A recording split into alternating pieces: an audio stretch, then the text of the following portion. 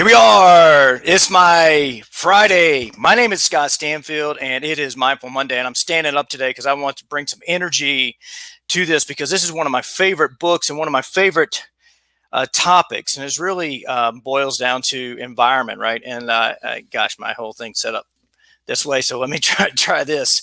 Let's start out with this. Simon Sinek said, in the military, they give medals to people who are willing to sacrifice themselves so that others may gain. In business, we give bonuses to people who are willing to sacrifice others so that we may gain. Then he whispers and gestures, we've got it backwards.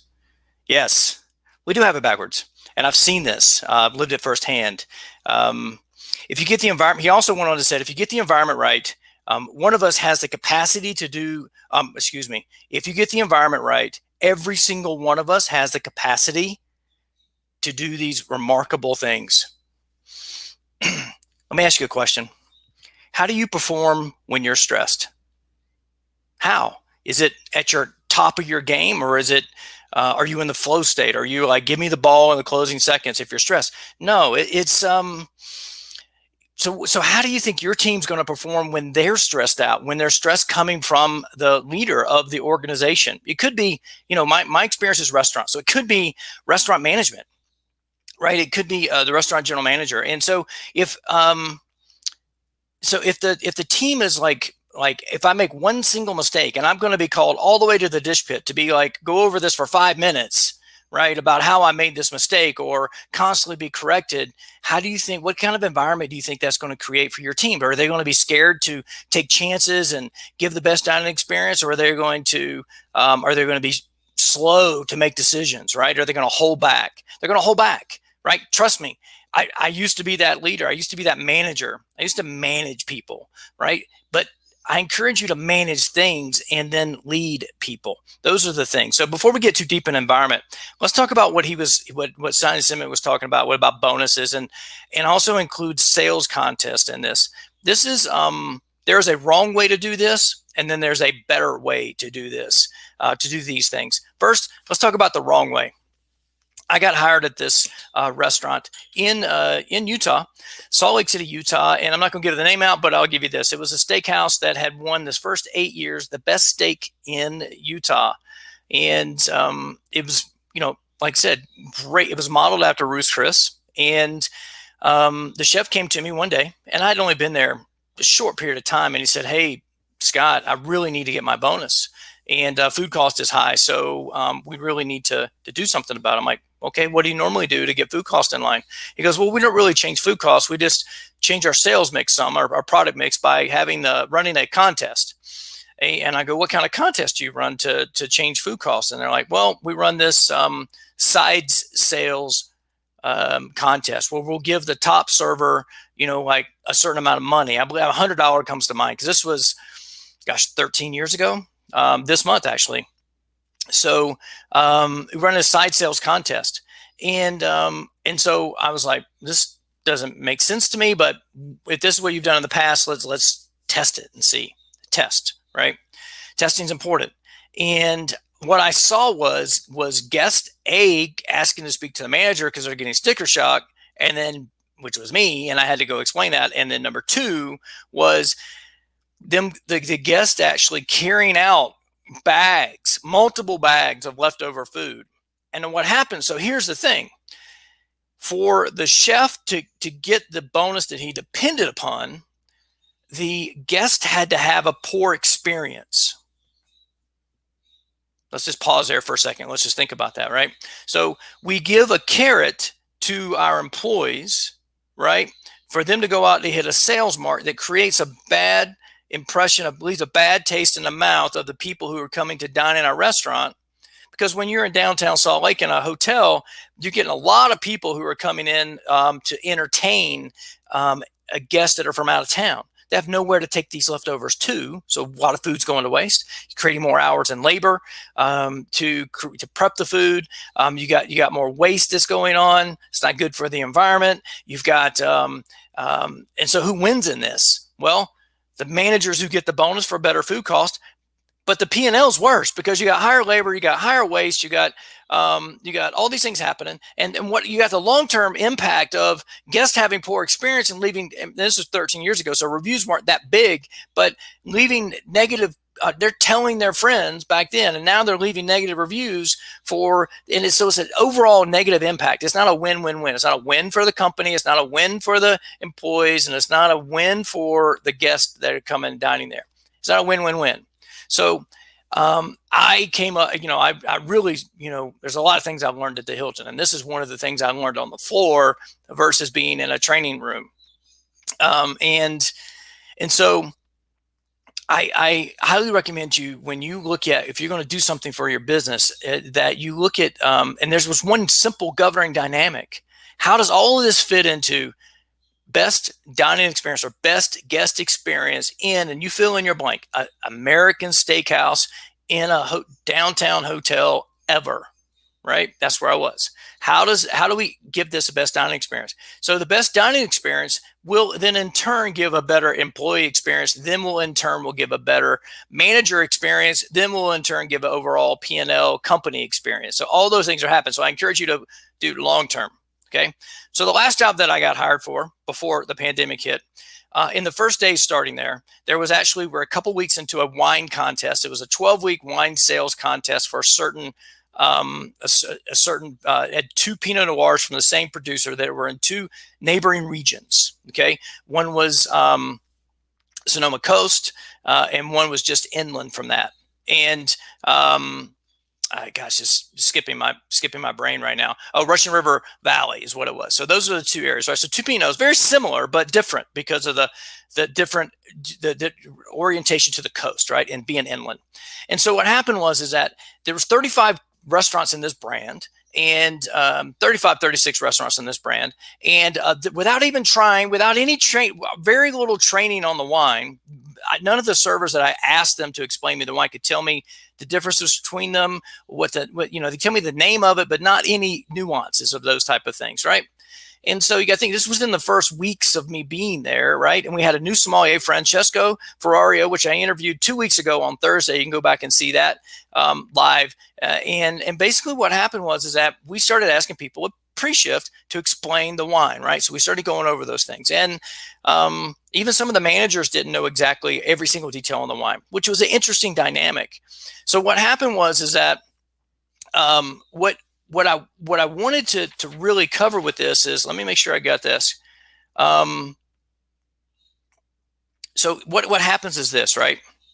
Also, this is what I wrote down about this. How can teaching the service team about how to softly offer a wine with a hook, story, and close, right, to help guests discover a unique wine pairing, while at the same time showing corporate office that we have team spirit and more on the and move on the promotion. They spent hours prepping and fit it into the same category. It fits in the same category of giving the best dining experience for the guest, right? So if we put the focus on the guest, we get all these wins along the way. We're training the team about wines that are for difference between Sonoma Coast and Russian River Valley, and the same grape, same producer, same winemaking methods, but what's the nuances in the wine difference? And so how you compare that with things on your food. Now you're tasting wine, you're tasting it with the food, and you're teaching your team these things, right? So win-win. So now your guest is getting a great experience. They're not being hard sold. They're not getting sticker shock like they did at the previous example.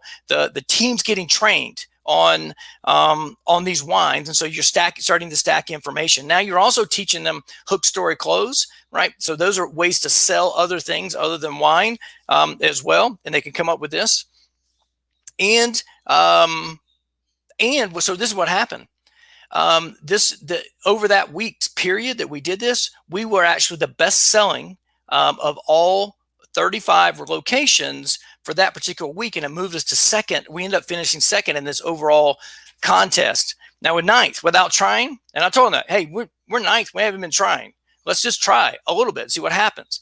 And then Francesco's line was, we just want to show the team that we are enthused about the promotion, right? So we're not trying to win. We're not trying to at all costs. So no matter what you say, I don't care what you do, just go sell wine. No. Best dining experience ever is what the focus was on this. And so what happens is when you tie this into Leaders Eat Last, which is by Simon Sinek, in which I titled "Restaurant Leaders Eat Family Meal Last," right? Which is true, right? When you tie this in, he talks about it's not about finding better people; it's about putting the same people into a better environment, right? Which is really the overall encompassing of Leaders Eat Last. And he uses this example of the Marines, because officers in the Marine are the ones that eat last. And even he tells stories, multiple stories about Johnny Bravo and, saving people. And there's all these different, great, and Simon Sinek's a great storyteller. And I love watching his TED Talks and his speeches and those type of things. And even now he has his own podcast that I just discovered recently. And I haven't listened to any episodes yet. But my point is this, right? Is that what's the difference between a scenario where we give medals or awards for people who sacrifice themselves so others may achieve, or the opposite, which is what we do in business typically, where we put awards or incentives in place where the leaders will sacrifice their people or the guest experience so they gain, right? And that means that basically the upper leadership is not paying attention to the long game. They're basically treating it like the manager is like a football coach. Did you have a winning season? Yes or no? And if you didn't have a winning season, then we don't really care, right? We're not paying attention to the trend of those things. So establishing a trend over a longer period of time is more important than winning this particular week, right? Because sometimes if you're running promotions, food costs, you may suffer, right? If you're discounting things, I mean, not technically, because you're discounting off the top line and you still count towards your gross sales and your discount line, but your bottom line may suffer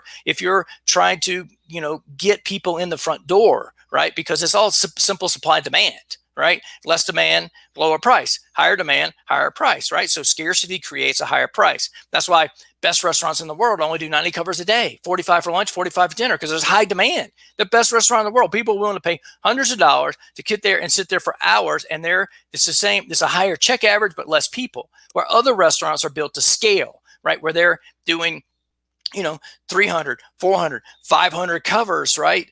I've worked 900 cover shifts or days, right? And so those restaurants are built off different models. And so, but the whole game in mind is this, that create an environment that creates the best dining experience for the guest and the best employee experience. Therefore, all these other things will fall into place over time. I know it's difficult in our high turnover world, right? It's difficult to do this, but I'm telling you to go against the current here, lean in to the normal way of thinking, and that way you can really test this, right? Let's see here. What else did I have to say? Let me ask you another question. Does your favorite restaurant just have the best food, or does it have the best food and service? It's a good question.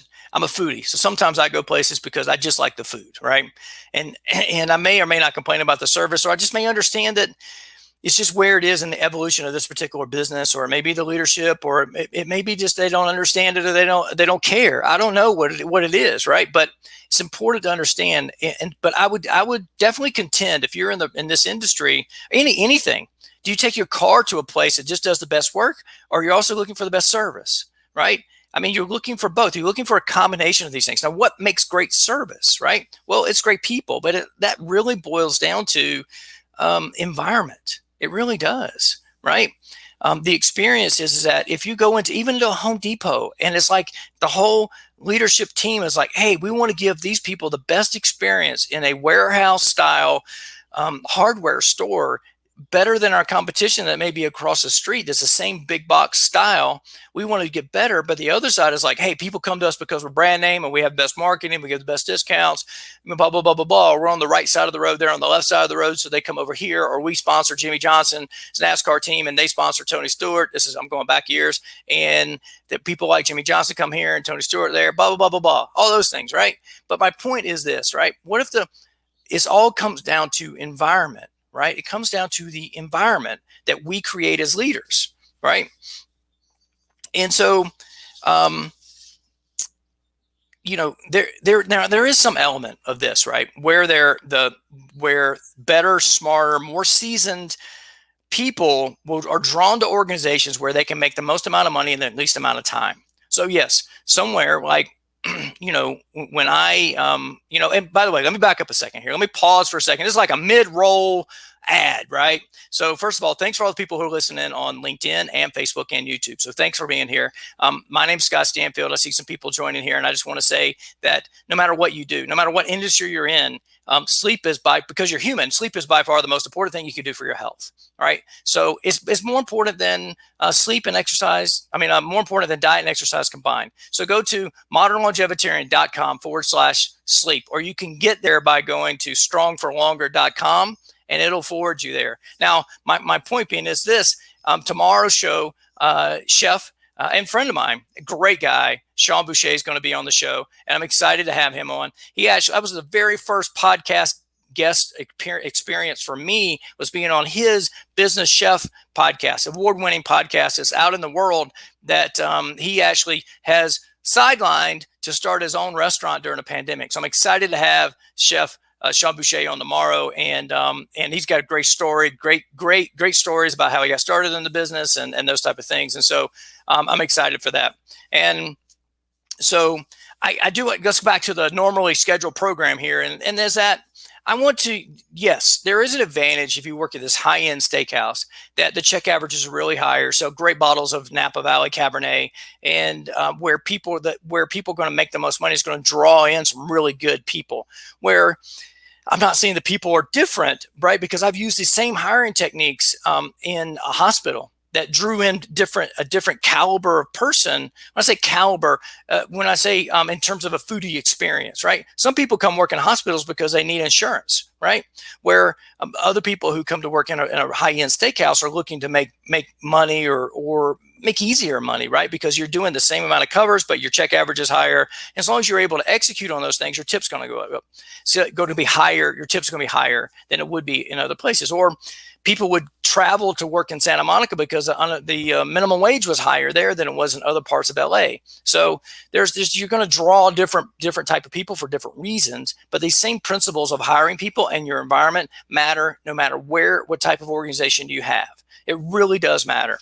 And let's see what else. So this is what I wrote after that. So, but what if it's not the people, it's the environment that leaders cultivate? So what if it's not the people, but the environment that the leader cultivates, right? Let's ask this. Can a better football coach win games with the same players of the prior coach? Yes. Some of it's strategy, right? Because this is a question that's floating around LinkedIn about which is more important, strategy or company culture. And I don't remember where I saw this quote from. So whoever said it, I'm giving you 100% credit. But company culture eats strategy for lunch. It does by far, because what happens is that you can take the same players, put them in a different environment. Now, this is very similar to what I talk about mostly, which is the 8 pillars of being a modern longevitarian. Your body has genes in it, and what matters more than your genes is the genetic expression. So your company has employees in it, and what matters more than the employees, they're great people, those things. But what matters to them is the ability for them to express themselves in a certain environment. That's the super important piece of this puzzle. And that's what Simon Sinek's getting about. Now, I don't care how much more you put people before the numbers, right? But it needs to be more. It could be 50.00001%, but people come before the numbers. If you put the numbers before people, then what happens is they feel it, right? They feel it. And now here's the thing. The company you work for may put numbers before people. They may, and they probably do, because they got a lot riding on that. But what I'm here to tell you is that you as the GM, you as executive coach, you as a regional director, you can put the focus on your people first, from you down, and act as a filter as what's happening above you. It's a difficult game to play, right? To understand that when you're talking to one person, it's about numbers. And when you're talking about your team and down, that you're talking about people, and the numbers will come, and you're playing the long game. One of my regional directors, he's like, Scott, you just play the long game. I'm like, yes, I do. I play the long game. I'm building this for the long term, right? I look at each employee as like a Supreme Court justice, that they very easily could outlive my tenure here. So my selection of them, our team selection of them, is super, super important. And then what happens is, what if you stack all these things together? What if you, learn how to hire better people, and look at this selection of a team member as super important that could outlive your tenure and will actually speak to your legacy at this particular location, right? So look at it that way. Number one. Number two, and there's this quote from 600 BC that says, from a Greek soldier and poet, it says, "We do not rise to our expectations; we fall to the level of our training." And this is so true. If you're, never trained to be in a hand-to-hand combat, and somebody that you're up against has, right, and you're not gonna be able to, most likely, unless you land a lucky punch, you're just not gonna be able to get them, right? So you're gonna fall to the level of your training, which may be zero. And I've worked in so many restaurants to where I've been handed a set of keys and a manager card and said, and a code to the alarm, and said, "Go figure it out." Right. And they get yelled at when I didn't do it the way they exactly wanted. I'm like, well, you never trained me anyway. Right. But I've also been through long, management training programs. But my point is this. So start stacking these things together. Right. So if you hire the right people, you train them the right way, and then you inject them into a environment, a culture, I like calling it ecosystem, into an ecosystem that's alive with this. We put the guest experience first. We put our people before we put the numbers. And then what's going to happen is you're going to start building some synergy here, building some major momentum to where you're going to start stealing market share from people on your block. You're going to start winning contests from other locations. If you work for a big corporation, you're going to start really building this team that's in it for multiple wins, not just in it for themselves, right? And so all those things are happening. So I could go on for hours for each one of those categories on A, how to hire the right people, B, how to train them the right way, and how to create a culture that continues to train them and teach them. And I covered that a lot last week with Captain David Marquet. He came on the show and we talked about Turn the Ship Around, which is another one of my favorite leadership books. So it seems like Monday's turning into this Mindful Monday is turning into about leadership lately. And I've already figured out next week's topic, which is going to be how your restaurant team is like a football team. And for those of you who work for me and have heard me talk about this multiple times. Now I want to talk about another quote. University of South Carolina, Gamecock, which is where I went to school. Basketball coach Frank Martin. You can't mention Simon Sinek without mentioning some things about millennials, right? Because he's asked a lot of questions about millennials, and kind of broke the internet a couple of years with Tom Bilyeu when that little segment was put on there. Now, Frank Martin said this. He said, "You know what makes me sick to my stomach? When I hear grown people say that kids have changed. Kids haven't changed. Kids don't know anything about anything. We've changed as adults. We demand less of kids. We make their lives easier instead of preparing them for what life is really about. We're the ones who have changed." Now, I'm a Generation X-er, right? My dad is a baby boomer, right? And I remember baby boomers complaining about Generation X. They did, right? We just didn't get it. We didn't understand it. Now, you guys think the baby boomers are raised by the best generation in the history of America, right? The greatest generation of all, right? So then Generation X. Then you got millennials that come into play. And now you got Y and Z and all these things that are happening. And we seem to categorize people by this, right? But what happens is that what really is important is that we gain empathy and understanding as we age. So those things change. I'm different now than I was when I was 20 years old. But you as a leader of a restaurant specifically, we are in an industry where we hire entry-level people. We may hire a 16, 17, 18-year-old person to work at the host stand of a fine dining restaurant that has a $75 check average. And to be the first point of contact on the phone when they walk in the front door, seating them, and we're teaching them all these things they got to do along the way. But yet we don't even realize that they may not even be prepared for the job. Right? Because we are treating kids differently than what we were over generations past, right? And so the thing is that we could get really, really upset, like I have in the past, when somebody doesn't know how to request time off. And until my son, who's 18 and a half now, started working, I didn't realize how in control parents are behind the scenes of what's happening for these young kids, right?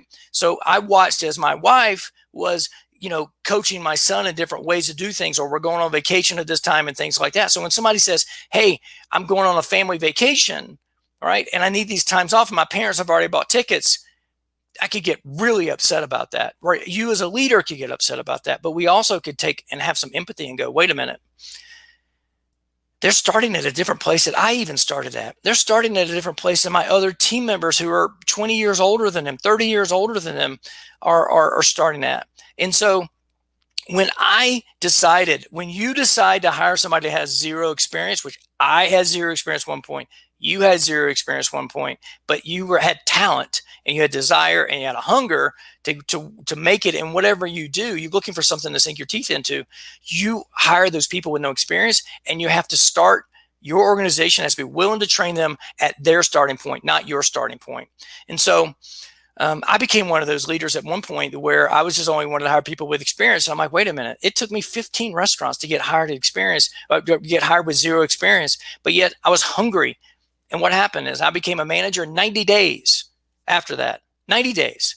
And I worked my way really quickly through the kitchen, right? Right place, wrong time, wrong place, right time. I don't know which one it was, but I was able to do that. So what happens is we're in the search for talent and people also with the right character, so we can then train them skills. Peter Schultz says that. I wrote it on my interview questions. Hire for character, train for skills. Right? Because you can teach them where the forks go, where the glasses go, how to run food, how all these things happen. You can teach them all this, teach them what braising is versus roasting, right? All these different things. So you can teach them that. But my point is this: don't discount people for their lack of experience, and don't get upset at them when they don't know how to do things, because they're starting at a different place than you were in your generation, and you took on the responsibility when you hired them.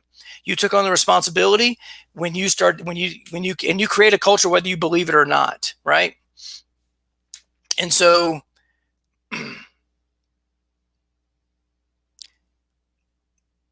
I'm pausing here because I'm going to make sure I cover it all. Culture eats strategy.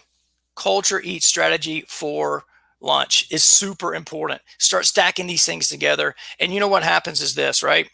When all these things come together, and when family meal is served, right, I do believe, literally, not figuratively, but literally, the managers and the chefs should be the last ones to go through the line at family meal, not the first ones, because people will, like Moses parting the Red Sea, will just get out of your way as you're walking through the restaurant.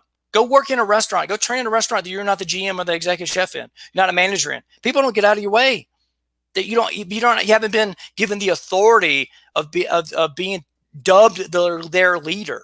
You haven't. So what happens is, understand, culture is more important. The people you hire are important, but they get to express themselves inside the culture. The training program is important, but by far sustaining this and cultivating the ecosystem that allows them to express themselves in a way that gives the best dining experience for their guests is by far the most important. This is It's My Friday. This is Mindful Monday. My name is Scott Stanfield. Tune in tomorrow at 12 noon Eastern. I'm in the mountains broadcasting from 7,000 feet in the Rocky Mountains in Park City, Utah. I look forward to having you on the show. Look forward to having these things. Tomorrow's Chef Sean Boucher. It is going to be a great week, a great lineup of shows. And anyway, that's it. I'm going to stop there. Culture is more important. And if it's your Friday, have a great weekend.